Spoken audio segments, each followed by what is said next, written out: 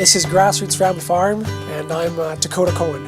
We're taking part in Alberta Open Farm Days. It's just a great way to get people back on the land. As a farmer, we have a distinct opportunity and responsibility to facilitate the reconnection of people with their food and thus with the land. So whenever we get a chance to invite people to our farm and show them what we're doing, we always are eager to take part.